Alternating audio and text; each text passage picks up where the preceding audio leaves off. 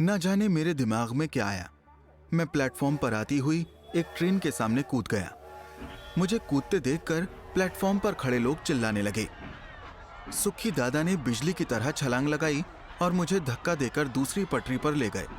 चंद second के अंतराल से मैं साफ साफ बच गया। मुझे खरोंच तक नहीं आई, लेकिन मुझे बचाने के चक्कर में सुखी दादा को अलबत्ता थोड़ी बहुत चोट आ गई थी। मेरे गाल पर तमाचा लगाते हुए सुखी दादा ने पूछा, हाँ, क्यों मरना चाहते हो? मैंने कहा, अरे मुझे मर जाने दो, मैं जीना नहीं चाहता हूं। अरे बेटा, तेरी उम्र ही क्या है? दुनिया बहुत बड़ी है। हर गम के बाद खुशी के वक्त आते हैं। बुरे से बुरा वक्त भी बदल जाता है। बस धैर्य और साहस रखना चाहिए। ईश्वर ने तुझे 2 हाथ पैर सब कुछ तो दिया है। तू तो कुछ भी कर सकता है। जरा उसे देख, उसके पास तो हाथ पैर भी नहीं है। एक अपाहिज की ओर इशारा करते हुए सुखी दादा ने कहा, इसके बावजूद वो संघर्ष करते हुए ईश्वर के फैसलों को चुनौती दे रहा है। वहीं तुम हट्टे कट्टे होकर भी कायरों की तरह आत्महत्या कर रहे हो।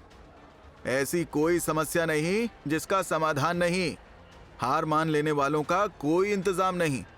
मौत तो किसी चुनौती का हरगिज समाधान नहीं। इंसान की क्षमता की किसी को पहचान नहीं। मुझे समझाते हुए सुखी दादा प्लेटफॉर्म पर लेकर गए। मुझे बचाने के चक्कर में उनकी केतली ट्रेन के नीचे आ गई, जिससे चाय सहित पूरी केतली नष्ट हो गई थी। मैंने कहा, दादा, मेरे चक्कर में आपकी चाय और केतली बर्बाद हो गई। चल बेटा, कोई बात नहीं, तू बच गया, यही मेरे लिए खुशी की बात है। बेटा, तू तो पढ़ा लिखा, समझदार और होनहार बालक है। छोटी छोटी बातों पर ऐसे काम नहीं करते हैं। सुखी दादा ने मुझे समझाते हुए कहा, मैं क्या करूं दादा, मेरे बापू बचपन से मुझे IITian बनाना चाहते थे। मैं कोटा IIT की तैयारी करने आया था। IIT का नाम सुनते ही सुखी दादा बड़बड़ाने लगे। क्या बताऊं, ये माँ बाप भी ना अपने सपनों को मासूम बच्चों पर थोपकर मौत के मुंह में धकेल रहे हैं। सभी लोगों को बेटा नहीं, बस नोट छापने वाली मशीन चाहिए। बच्चों को मशीन बनाना चाहते हैं। उन्हें इस बात से कोई लेना देना नहीं कि उनका बच्चा क्या चाहता है। बस बच्चे को पकड़कर कोटा लाना है। कोचिंग वालों के चक्कर में पड़कर फीस देकर बच्चे की जान ले लेनी है। साल 2 साल में यदि बच्चा IIT या नीट में सफल नहीं हुआ तो बच्चा किसी काम का नहीं है।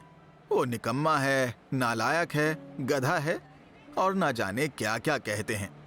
वो बेचारा जब तक डिप्रेशन में ना चला जाए नहीं मानते हैं। कौन समझाए माँ बाप को कि बच्चे को अच्छा इंसान बनाओ, बाकी तो वो खुद ब खुद कर लेगा। कोटा में तो सभी अपना धंधा चलाने में व्यस्त हैं।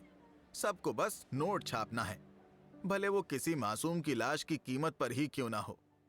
किसी को क्या फर्क पड़ता है। यहाँ तो बड़े बड़े विज्ञापन देकर युवाओं के साथ साथ अभिभावकों को भी गुमराह किया जा रहा है। हालत ये हो गई है कि यहाँ हर साल 10-20 बच्चे जिंदगी से निराश होकर जान दे रहे हैं। सुखी दादा और दूसरे लोग बहुत देर तक इसी प्रकार की बातें करते रहे। दादा, मेरी स्टोरी दूसरी है। तो क्या तुम भी कर्ज में डूबे हो या किसी बिजनेस में फेल हो गए हो? नहीं दादा, न तो मैं कर्ज में डूबा हूं, न तो बिजनेस में फेल हुआ हूं। तो फिर क्यों? दादा, मैं कोटा तैयारी करने आया था, लेकिन किस्मत को कुछ और ही मंजूर था। कहते हुए मैंने सुखी दादा से कोटा आने से लेकर आत्महत्या करने तक की पूरी कहानी बयां कर दी। देख बेटा, इस स्थिति के लिए न तो तुम जिम्मेदार हो, न ही तुम्हारी माँ। उस बेचारी का हाल तो तुम समझ भी नहीं सकते हो। रही बात किस्मत को कोसने की, तो उससे तुम्हें कुछ हासिल नहीं होने वाला है। इंसान के हाथ में सब कुछ तो नहीं होता है। इसके बावजूद सुनहरे भविष्य के लिए हमें अपनी क्षमता के अनुरूप प्रयास करना चाहिए। किस्मत या भगवान के भरोसे नहीं बैठना चाहिए। दादा, अब तो बापू भी नहीं रहे और माँ उनकी मौत के लिए मुझे जिम्मेदार मानती है। बताओ, मेरी क्या गलती है? बेटा, तेरी कोई गलती नहीं है। अज्ञानतावश तेरी माँ को गलतफहमी हो गई है। उसके अनेकों कारण हो सकते हैं। दादा, जब माँ मेरी कोई बात ही नहीं सुनना चाहती है तो गलतफहमी कैसे दूर होगी? अभी तू माँ की बातों को भूल जा बेटा, क्योंकि माँ जिस पीड़ा से गुजर रही है उसकी हालत को तुम नहीं समझ सकते हो। बस इतना समझो कि जो कुछ हो रहा है वही नियति को मंजूर है, जिस पर हमारा कोई वश नहीं है। जीवन में बहुत सी घटनाएं हमारी मर्जी या अपेक्षाओं के अनुरूप नहीं होती हैं। हमें परिस्थितियों के अनुसार निर्णय लेना पड़ता है। देख बेटा, कोई भी निर्णय न तो पूर्णतया सही होता है और न ही पूर्णतया गलत होता है। निर्णय देश काल और परिस्थितियों की कसौटी पर सही या गलत होते हैं। दादा, तुम ही बताओ, पिछले साल एडवांस के एंड टाइम पर डेंगू हो गया और मैं चंद नंबरों के चक्कर में आईआईटी की रेस में पिछड़ गया। इस साल तो भगवान ने हद ही कर दी, मुझे अनाथ बना दिया, जेल तक जाना पड़ा। रही सही कसर माँ की गलतफहमी ने पूरी कर दी। ऐसे में बताओ, मेरे पास मरने के सिवाय और कौन सा रास्ता है? दादा, मेरी किस्मत ही खराब है। जब भी कुछ अच्छा सोचता हूँ बुरा हो जाता है। बेटा, हो सकता है ऊपर वाला तुम्हारे लिए कुछ बड़ा सोच रहा हो, जबकि तुम किसी दूसरे रास्ते की ओर भाग रहे हो। सब्र करो, इत्मीनान और धैर्य रखो। जिंदगी बहुत लंबी है, कोई नहीं जानता कि कब क्या हो जाए। एक झटके में तुम्हारी लॉटरी लगे और तुम कहां से कहां पहुंच जाओ। हमारी बात बीच में काटते हुए शंभू दादा ने कहा, दादा, ये सब तो केवल कहने सुनने की बात है। सांत्वना से पेट नहीं भरता, पेट भरने के लिए भोजन की जरूरत पड़ती है। हकीकत से हम मुंह नहीं मोड़ सकते। पिछले 4 दिनों से हलक में अन्न का निवाला तक नहीं गया है। वास्तविकता का क्या मतलब, जान दे देना। तुझे मेरी बातें मजाक लग रही हैं? बेटा, आशा ही जीवन है। सुखी दादा ने झल्लाते हुए पूछा। दादा, आज तक तो मेरी जिंदगी में कुछ अच्छा नहीं हुआ है, आगे की क्या उम्मीद करूं? देख बेटा, उम्मीद का ही दूसरा नाम जीवन है। हिम्मत हारने से कुछ नहीं होगा। इंसान की जिंदगी में बहुत सारे संघर्ष और उतार चढ़ाव आते रहते हैं, हमें पता नहीं होता है। नियति प्री प्लान होकर काम करती है। सुखी दादा और शंभू दादा मुझे समझाते हुए सलीम चाचा की दुकान पर लेकर गए। सलीम चाचा को शंभू दादा ने सारी बातें बताईं। सलीम चाचा ने मुझे चाय और साथ में एक बिस्किट का पैकेट दिया। मैंने बिस्किट खाकर चाय पी। उन सभी की बातें काफी हद तक सिकंदर की बातों से मैच खा रही थीं। न जाने क्यों अनायास मुझे सिकंदर की कही एक एक बात याद आ रही थी। बेटा, दुनिया का कोई माँ बाप अपने बच्चों का बुरा नहीं सोचता। बच्चे माँ बाप की भावनाओं को समझ नहीं पाते हैं। इतना कहकर सुखी दादा रोने लगे। क्या हुआ दादा, आप क्यों रो रहे हैं? मैंने पूछा।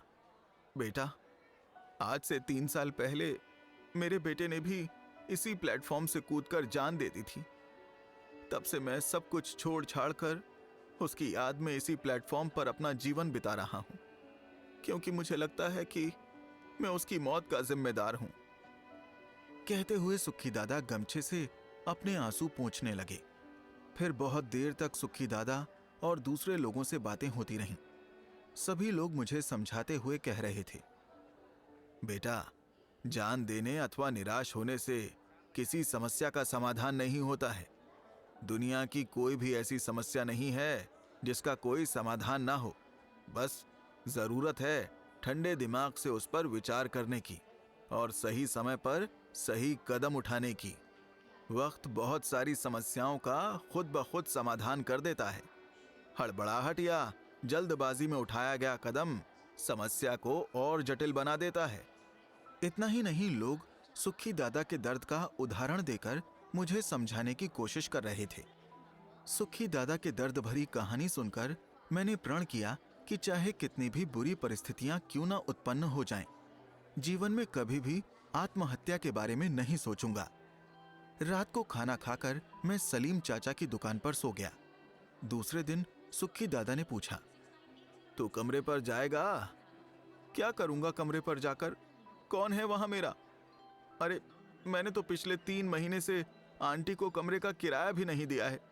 अब तो मैं IITian बनने से रहा। मेरे सारे अटेम्प्ट भी खत्म हो गए हैं काका। अब तो मेरी जिंदगी का कोई मकसद भी शेष नहीं रहा। देख बेटा, दुनिया बहुत बड़ी है। ऐसा नहीं कि जो आदमी इंजीनियर नहीं बन सकता है वो कुछ नहीं कर सकता है। दुनिया में उससे भी बेहतर बहुत सारे विकल्प हैं। उनमें से कोई दूसरा ऑप्शन तलाशो। एक रास्ता बंद होता है तो दूसरे हजारों रास्ते और भी खुलते हैं।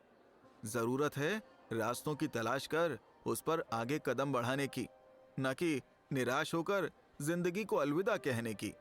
आप ही बताओ दादा, मेरी तो कुछ समझ में नहीं आ रहा है।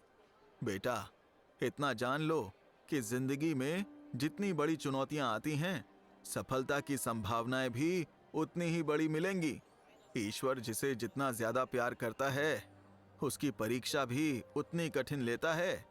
दादा, आपकी सारी बातें सही हैं, लेकिन ये बताइए अभी फिलहाल मैं क्या करूं? Just wait and watch. मतलब? इंतजार। किस चीज का? परिस्थितियों के अनुकूल होने का, सही वक्त आने का इंतजार। इस प्लेटफॉर्म पर बैठकर? मैंने हंसते हुए पूछा। नहीं, ऐसा मैंने कब कहा।